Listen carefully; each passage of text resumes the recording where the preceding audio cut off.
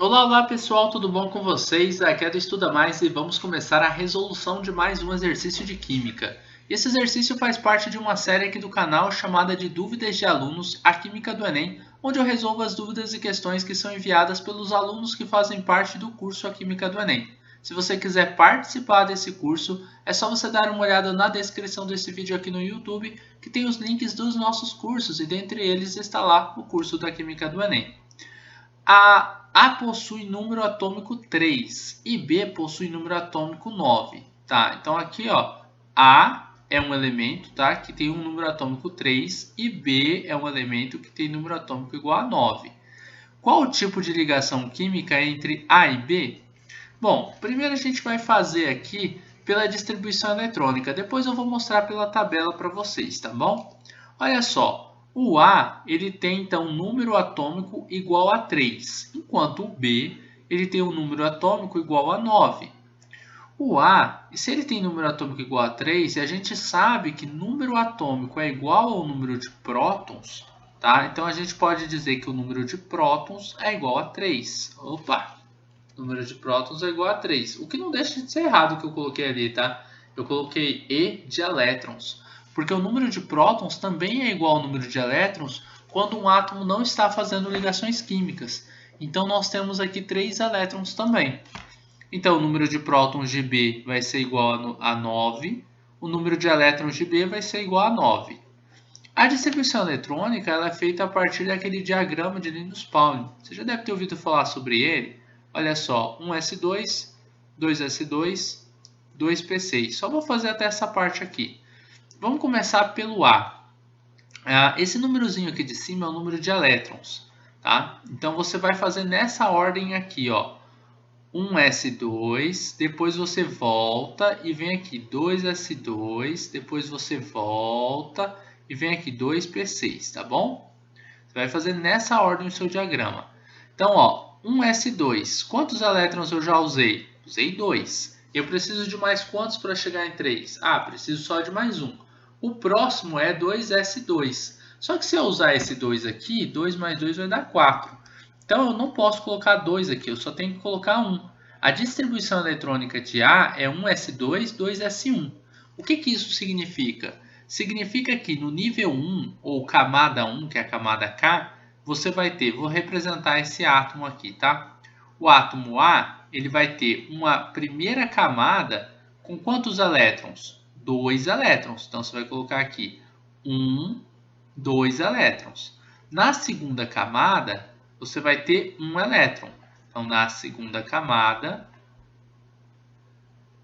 a gente tem apenas um único elétron. Tá bom? Agora, em relação ao átomo B, eu vou ter distribuição eletrônica 1s2. Depois, a gente vai vir para 2s2, certo? Olha a ordem. 2s2, já usei quantos elétrons? Ah, professor, você já usou 4. 2 mais 2 são 4. Ok. A gente tem que chegar em 9, não é? O próximo é 2p6. Se eu usar p6, eu vou ter 10. 2 mais 2 é 4, mais 6 é 10. Então, eu vou usar 5 aqui.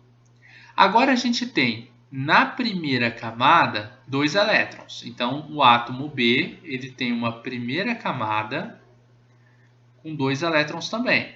Afinal, a primeira camada, o máximo de elétrons que ela pode ter são 2. Na segunda camada, a gente vai ter, ó, segunda camada aqui e aqui. As duas têm o número 2. Você vai somar. 2 mais 5 são quantos elétrons? São 7. Então, na segunda camada, a gente tem 7 elétrons. Vamos colocar aqui eles. 1, 2, 3, 4, 5, 6, 7 elétrons. Ok. Bom, para o átomo que está aqui em A ficar estável, ele precisa ter uma camada completa. A primeira camada, ela é completa. Agora você vai olhar aqui no diagrama de Linus Pauling. Olha só, eu vou apagar esses risquinhos e a gente vai olhar camada por camada. Deixa eu tirar os risquinhos aqui. Ó, essa daqui é a primeira camada, tá? Camada 1. Quantos elétrons tem na camada 1? 2. 2 elétrons. Na camada 2, que é o 2s2 e o 2p6, se você somar 2 mais 6, dão quantos elétrons? 8 elétrons. Na camada 1, você pode ter até 2 elétrons. Na camada 2, até 8 elétrons. Para que um átomo fique estável, na primeira camada, ele tem que ter 2 elétrons só. Para ele ficar estável na segunda camada, ele tem que ter 8 elétrons. Tá? Então, olha só. Quantos elétrons tem o A? 3. Você acha que é mais fácil o A ganhar nessa segunda camada aqui 7 elétrons, ou ele perder esse 1 elétron e ficar estável com os 2 elétrons na camada 1 que ele tinha? Perder esse 1, não é? Então, esse A aqui, ele vai perder 1 elétron. Tá? Ele perde 1 elétron para o B. Porque o B precisa de mais 1 elétron para ter 8 elétrons na camada de valência. Quando esse 1 elétron do A sair, o que vai acontecer? O A vai ficar assim, ó. A vai ficar com uma única camada com 2 elétrons. Mas, como eu disse, ele pode ficar estável com uma única camada. Ele vai perder 1 elétron. O elétron, vocês lembram a carga que ele tem? Positivo ou negativo? Negativo. Quando você perde uma coisa negativa, que é o elétron, você vai ficar mais positivo. Então, esse A com 2 elétrons, a gente vai representar ele assim, ó, A+. Agora, em relação ao B, ele vai ganhar 1 elétron. Então, o B ele vai ficar com a primeira camada completa, como já estava. E agora, na segunda camada do B, ao invés de ter 7 elétrons, a gente vai ter 8.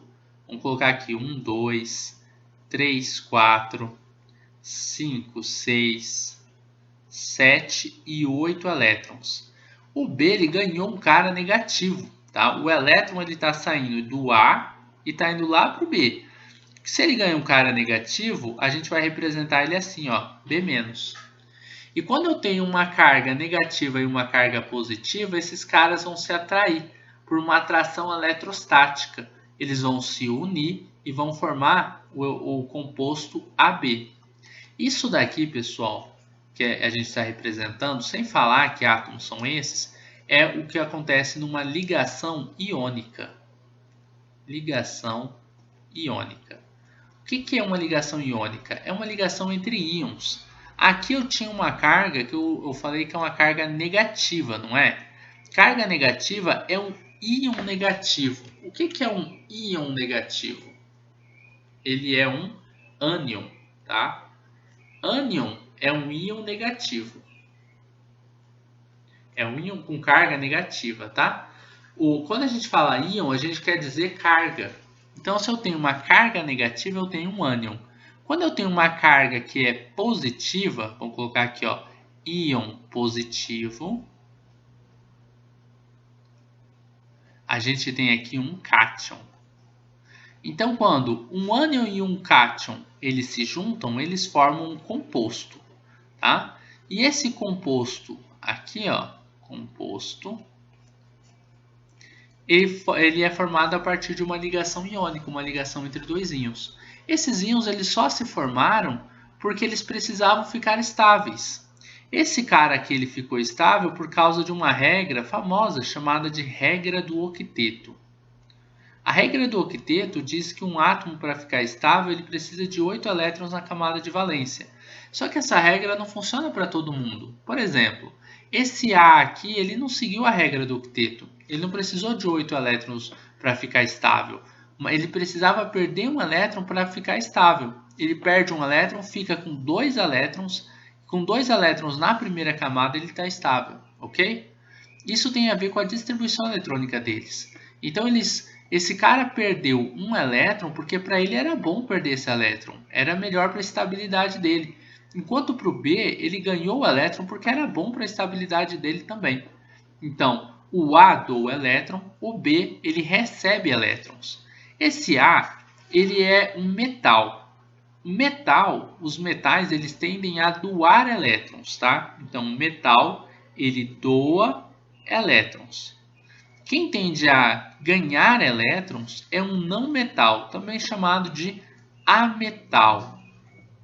O ametal ele recebe elétrons.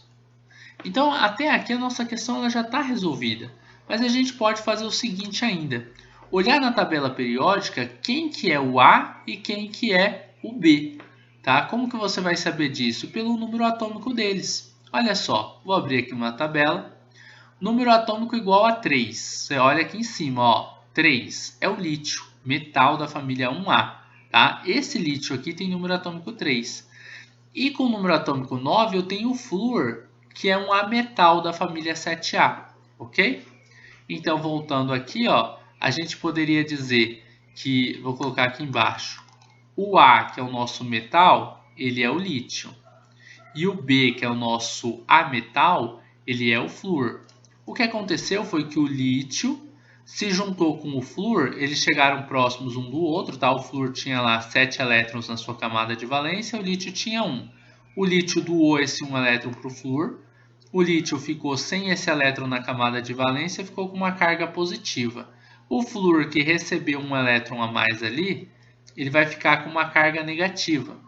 Há uma atração eletrostática entre os dois por causa de diferença de cargas. Os dois são íons, esse é o íon positivo, chamado de cátion, esse é o íon negativo, chamado de ânion.